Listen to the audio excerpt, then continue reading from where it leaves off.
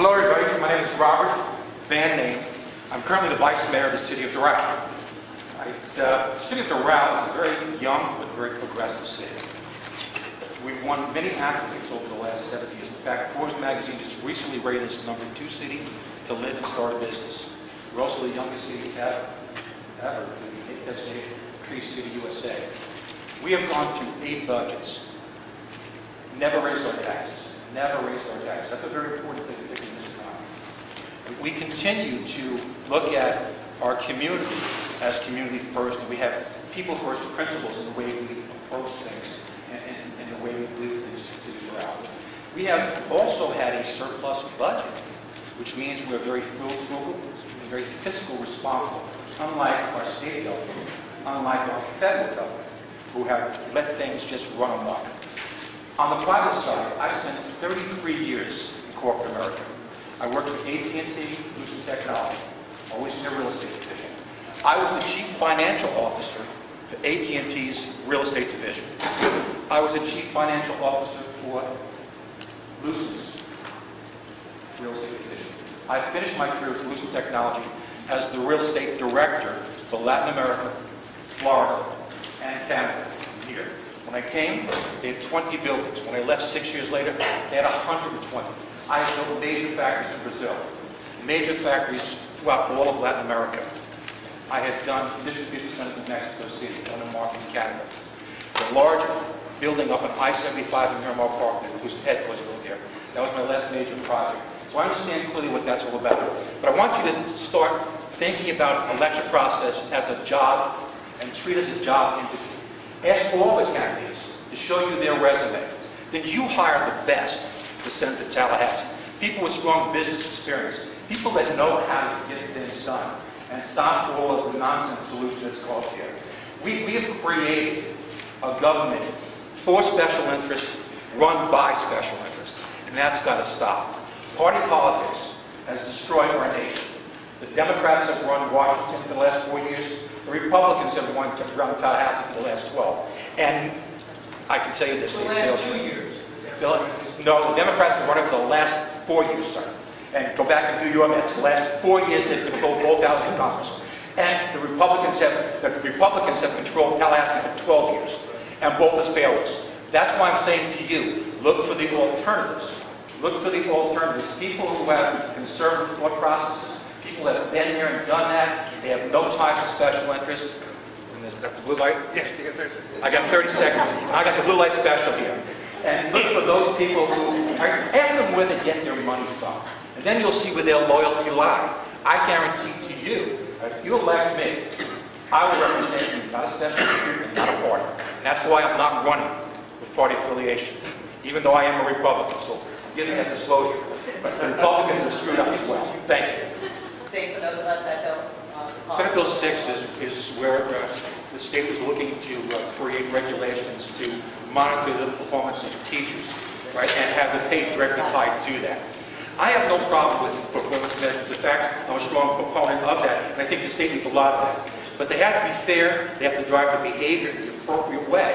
When you're trying to measure teachers with a very diverse educational backgrounds of skill sets and schools and things like that, it's very difficult to get teachers to go to the inner schools, right, if they're going to be measured on the same scale of those who are teaching at the A schools. And that's the problem with that. It's not a fair process. If it were a fair process, I would have to rethink it somewhat. But under that criteria, I don't think it's fair, and it would drive education in the wrong direction.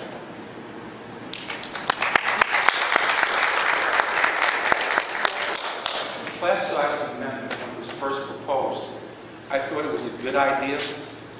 I thought that smaller classes was the answer. I realized that in an economy that cannot support that, there has to be a better way.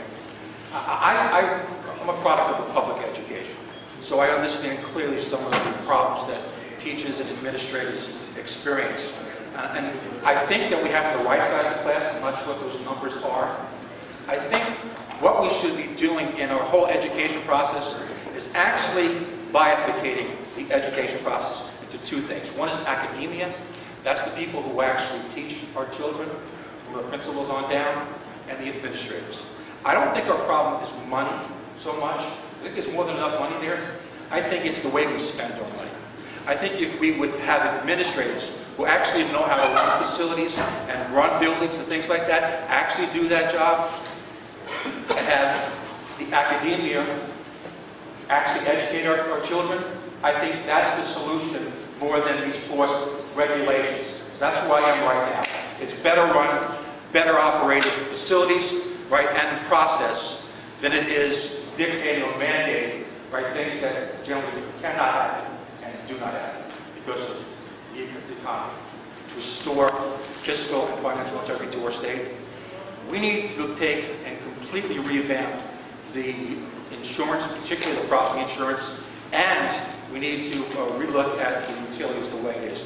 Right? The insurance, one of the major things that we need to do, I believe, is strip the wind portion out of the policies, right? And create a catastrophic fund as we did with floods some years ago. What that would do is open competition. All those insurance companies who now don't write policies because they're afraid of that liability, right, will come back here and write them, and then those policies will come down. We have to figure out a better way to do that. And there's also the bonding issues, how much money insurance companies have to put up. It also causes them the inability to continue to write policies. And we allow them to form corporations in the state of Florida alone, which takes that risk and localizes it, rather than spread it over a large region.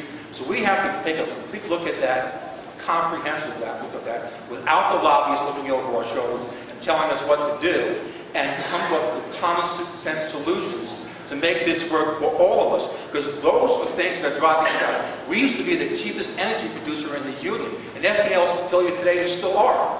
And what did Tallahassee do in their infinite wisdom? They gave them the fuel surcharge. 50% of your bill right now is fuel surcharge.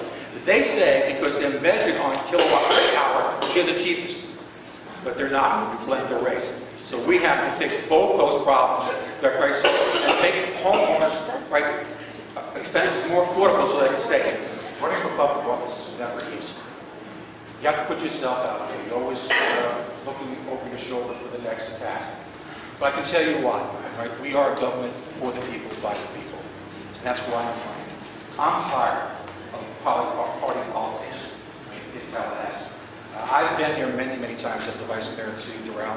I know how it works. The good news is I know how politics works up here. The bad news is I know how politics works up here. All I can say is that there are 10 lobbyists for every representative.